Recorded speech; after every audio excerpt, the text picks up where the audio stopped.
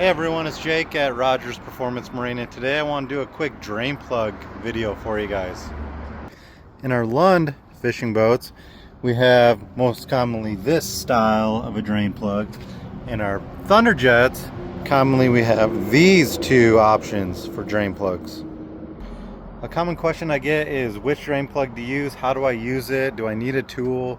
I have to twist it a long ways, and on the Lunds the little lanyard gets broken off. Let's start off looking at this beautiful Thunderjet and these two drain plugs that it would come with.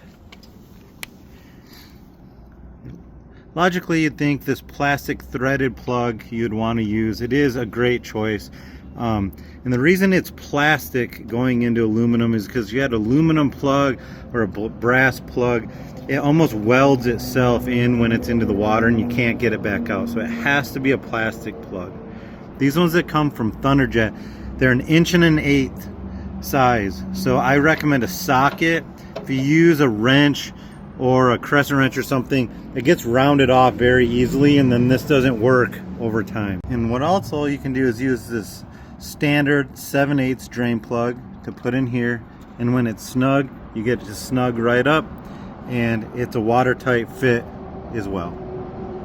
To go a little further, what's commonly confused on this style drain plug is how it works. The washer on the end is actually threaded.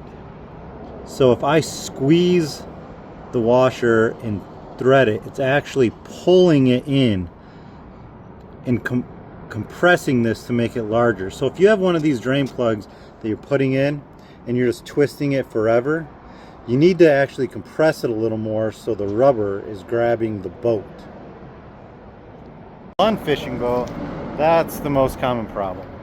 When we come over and we look at this drain plug is the same we were just looking at, except for there's a swedged on nut that you would think is what tightens it up, but it's not. It's swedged. It doesn't tighten at all. And so the same thing, you grab this outside washer to make this expand. Otherwise, most people end up with a broken tether because we're just doing this forever. This one got nice and tight. It was already set up nicely.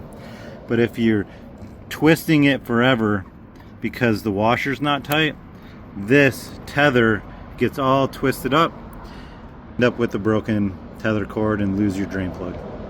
Remember, if you're in one of these boats in the Lund, your live well is the same drain plug as the transom drain plug. So if you ever did lose the one in the back, you always have the one in the drain plug as a spare.